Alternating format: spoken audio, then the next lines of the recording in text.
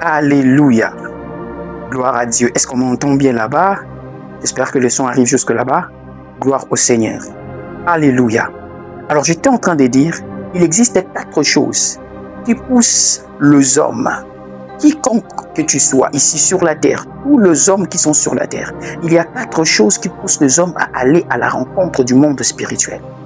Il y a 4 choses qui font en sorte que les hommes va vers le féticheur, va vers des nganga, va dans le monde spirituel. La première des choses, c'est la richesse. Dis avec moi, la richesse, la richesse. Frères et sœurs, les hommes vont dans le monde spirituel à la recherche de la richesse. Pourquoi?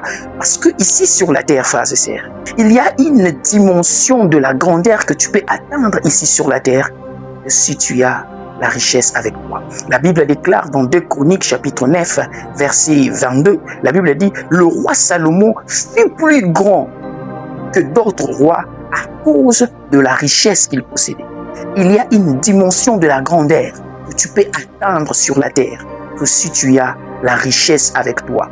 Et tous les hommes qui partent chez les Nganga, et tous les hommes qui partent dans le monde spirituel, et tous les hommes qui cherchent à connaître le monde spirituel, ils partent à la recherche de la richesse. Dis encore avec moi, la richesse.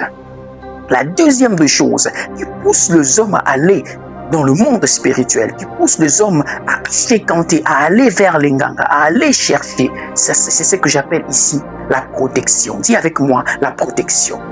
La protection. Les hommes qui sont sur la terre, lorsque Dieu commence à élever un homme, ou encore lorsque un homme commence à être élevé sur la terre, il y a deuxième de choses qu'il part chercher dans le monde spirituel, ça s'appelle la protection.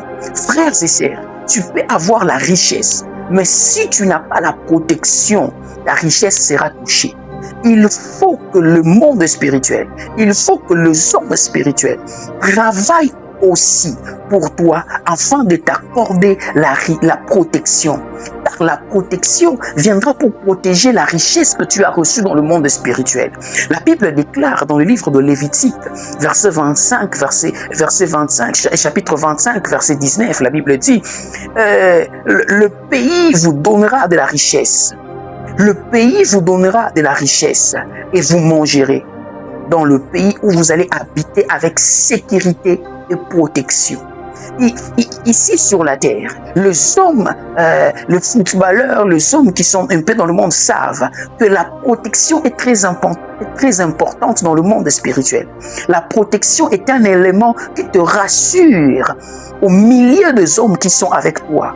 Aujourd'hui, si tu as la richesse, tu n'as pas la protection, tu es en danger. Dis à ton voisin, il te faut la protection. Je vais vous expliquer ça à la fin. Ça sera intéressant. La troisième des choses que les hommes cherchent lorsqu'ils partent dans le monde spirituel, que les hommes cherchent lorsqu'ils partent fréquenter les Nganga, c'est ce que j'appelle ici la puissance.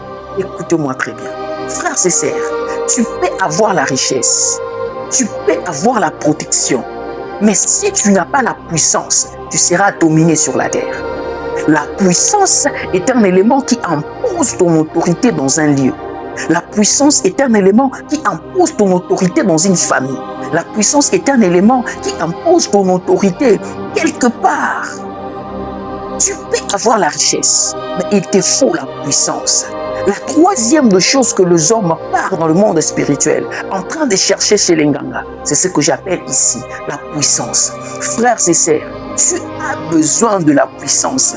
Ici sur la terre des hommes, tu ne peux pas vivre et exister sans la puissance, parce que les hommes ou encore le monde respectent les hommes qui ont la puissance. Je vais le redire. Le monde et les hommes respectent les hommes qui ont la puissance. Si tu n'es pas puissant sur la terre, les hommes vont marcher sur toi. Si tu n'as pas la puissance sur la terre, les hommes vont dominer sur toi. Voilà pourquoi Dieu rappelle aux enfants d'Israël dans le livre de Psaumes, ne savez-vous pas que vous êtes des dieux? Et plus tard, il est dit, ton Dieu ordonne que tu sois puissant, parce que Dieu savait, sur la terre, si tu n'as pas la puissance, les hommes vont dominer sur toi. La quatrième des choses, avant de clôturer, que tous les hommes tous les hommes cherchent dans le monde spirituel. La quatrième des choses que les hommes cherchent dans le monde spirituel, c'est ce que j'appelle ici la connaissance. Dis avec moi, la connaissance. Oh non, dis avec moi la connaissance. Frères et sœurs, lorsque je parle ici de la connaissance, j'ai pas le temps parce qu'il existe plusieurs types de connaissances, mais ça, j'aimerais pas entrer dans ça. Mais vous devez savoir que dans la connaissance, il y a la connaissance de loi spirituelle ou encore la connaissance liée à ton domaine d'activité. Frères et sœurs, il existe sur la terre certains types de connaissances que tu ne trouveras pas à l'université. Non! Il existe certains types de connaissances que tu ne trouveras pas à l'école. Et cette dimension est réservée que pour des personnes qui fréquentent le monde spirituel. Alléluia. Est-ce que quelqu'un comprend ce que j'ai dit ici? La dimension de la connaissance. La Bible déclare dans Osée chapitre 4, verset 6. La Bible dit, mon peuple est détruit, mon peuple est anéanti, mon peuple est détruit parce qu'il manque la connaissance. Le problème du peuple, c'est pas le manque de richesse. Le problème du peuple, c'est pas le manque de la puissance. Le problème du peuple, c'est pas le manque de bien et de la protection. Le problème du peuple, c'est la connaissance. Frères et sœurs, écoutez-moi très bien. C'est lui qui veut être affranchi, n'a pas besoin de la prière. Non, je vais le répéter. J'ai dit, c'est lui qui veut être affranchi, n'a pas besoin de la prière. Il a besoin de la connaissance. Je suis en train de prier le Dieu de la Bible, de telle en sorte que Dieu ouvre son ciel et que par le Saint-Esprit, tu accèdes dans une autre dimension de la connaissance.